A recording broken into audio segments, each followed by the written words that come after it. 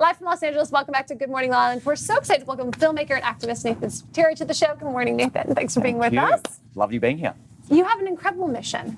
I'd like to start right at the beginning, though. What was your journey like to Hollywood, and what put this mission on your heart? Well, I guess I was abused as a child, and it went on for quite a while. After that, he kind of abandoned me, and then as a result, I found drugs and violence and fell into a dark place, and doing acting in Australia, got invited to come over here and do some acting here, came here, went to New York. I was living in New York for a while. Thought I could move to New York and get away from Australia and kind of start over, but you know what New York's like, you just kind of fall straight back into it. Fell into it, hit rock bottom, came out the other side, and I guess that's when I started therapy and group therapy, went to AA, Narcotics Anonymous and Sex Anonymous, and realized what happened to me, and I learned about my journey, and I truly believe what happened to me happened for a reason, and the reason why it happened to me now is to tell my story. It's to educate the world, help people, and just kind of, have the conversation. It's a worldwide thing, and so I don't want to pull up too much if it's still trauma or anything, but was it a father or a friend? No, or what was it? I grew up in a small town in Australia, and it was just, I was at the local swimming pool summer, and he kind of followed me into the change rooms, and that's where it started. It wasn't a family friend or it wasn't a family member or anything, but small town, everyone kind of knows everyone, and that's where it started. So sorry that happened. Every 2.5 minutes, an American experiences some sort of sexual abuse or trauma. Absolutely. And it's a conversation that needs to be had. It needs to be had very publicly to remove any kind of stigma or judgment or shame. So, for somebody who's experienced this trauma, what advice could you share with them? Where can they begin the healing process? I think one of the first things I learned through therapy, my therapist said to me, Nathan, if you can go back and speak to your 8-year-old self, what would you tell him? And I would and I didn't really know. And then it kind of hit me, and it was, it wasn't your fault. So if I can tell anyone out there who's been through this and who has the shame and who doesn't know how to talk about it, who doesn't know what to say and who to go to, just realize that it wasn't your fault. You do have the support. You do have people out there who do love you. There are avenues you can go down to get the help you need that I didn't do. And I went the other way and went into a dark place.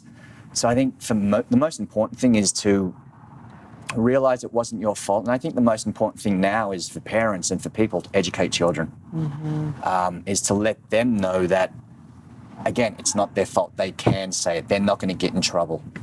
So I think that's the most important thing, is realizing that it's not your fault, and just knowing that there are people you can talk to, there are people you can go to who are going to help. And so how have you taken this mission into your work you're doing now? Well, I was acting, and I've written a script about my life.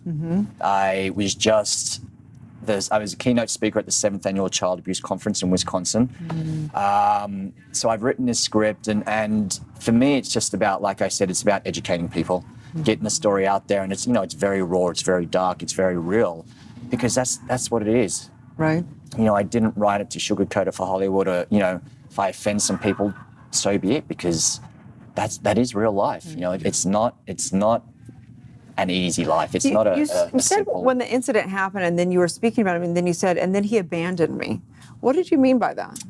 He just kind of disappeared. He just kind of disappeared out of my life, because I guess I had that Stockholm Syndrome, where you feel feelings for your abuser, and you feel love for him through the grooming and through the manipulation and the lies, and your parents hate you. They're not going to believe you. Anything you say, you're going to get in trouble, you're going to go to jail and all that type stuff. So through that, and at this conference, I spoke to a survivor, and he said to me, he goes, do you know why this guy abandoned you, why he left you, and just kind of, and I'm like, I don't know. Did he get in trouble? Did he get caught? Did something happen? And he goes, no. He said, because you were growing up. You were turning into a man. You were getting hair on your body. You weren't this little boy anymore. And it kind of just hit me, and I was like, wow, yeah, that makes so much sense. Wow. So it was ongoing. It was an ongoing. It went on from 8 through to about 12, 13. Wow. I'm so inspired by your transparency, your courage, your bravery. I mean, it's really, it's just inspiring. And, I wonder, you sought out a lot of professional support groups, therapies, and therapists. Out of all that, what did you find that was most helpful? Good question. Talking about it. Yeah. Yeah, getting it out. Yeah. And it's kind of funny because, my parents and my family never knew. I kept it a secret for 25 years.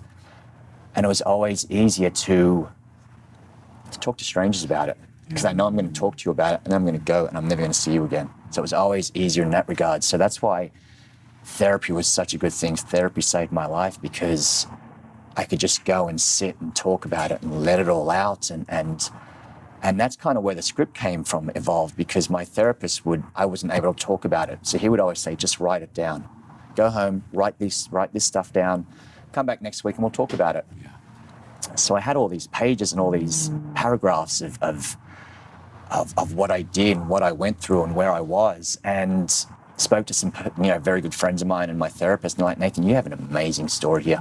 You need to tell this story. You need to get it out there. And I had this article come out. I'm not sure if you guys have read it. I had an article come out in this Australian newspaper, and after it came out, I've had over 200 people reach out to me on Instagram and Facebook and through email saying, you've saved my life. You've given me the courage to tell my story. You've allowed me to talk to my parents, my brothers and sisters, whoever and whatever the situation is.